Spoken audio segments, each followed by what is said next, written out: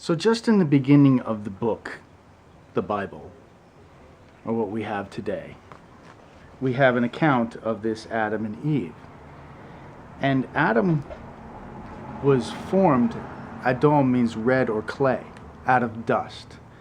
So how could something that was formed out of dust by an infinite God have any type of free will?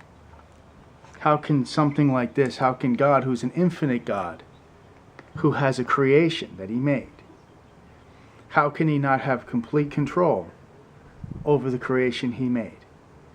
Although we're given a free will, it's impossible for an infinite God to have his will dictated by his creation. But this is exactly what autonomy means.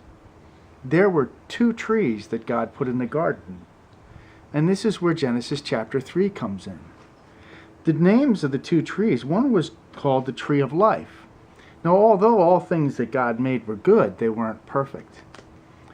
And there was a rebellion in heaven, an angelic rebellion of God's sovereignty and the autonomy or the self-will or the self-law of the angels.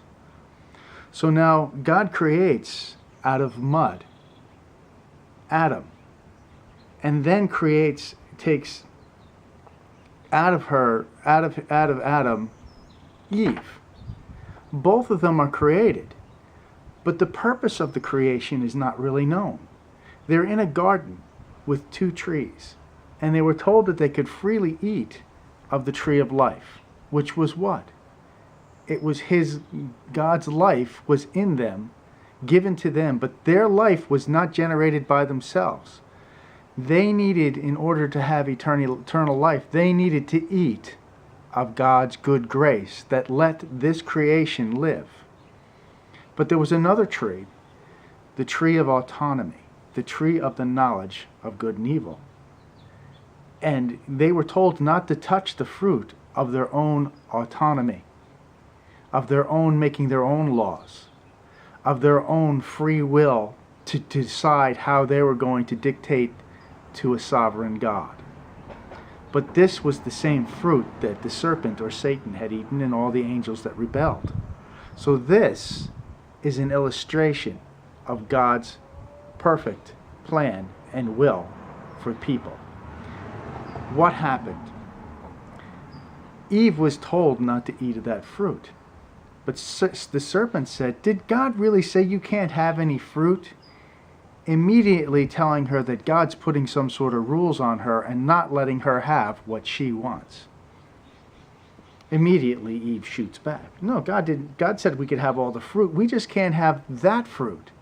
The fruit of our own autonomy, our own rebellion against God. We're not to make ourselves above God with our own free will, making ourselves above God and arguing with his sovereign choice. So what happened? Well, Satan said, "You will not surely die, but in the day you eat of that fruit, you'll be like God, knowing good and evil." But God is the dictator of what good and evil is, not man. Man doesn't have any right or place to say that he's going to be a law unto himself. But this is what God's creation did. It rebelled against God's authority and was kicked out of the garden and not able to eat from the tree of life because it was eating of a righteousness of its own. This is the state of man. And since that day, they didn't die in that day, but they died spiritually. They became separated from the life in order to establish a righteousness of their own. So as soon as they wanted to have a law of their own or establish a righteousness of their own, they rejected the righteousness of God. And we shall go on from there.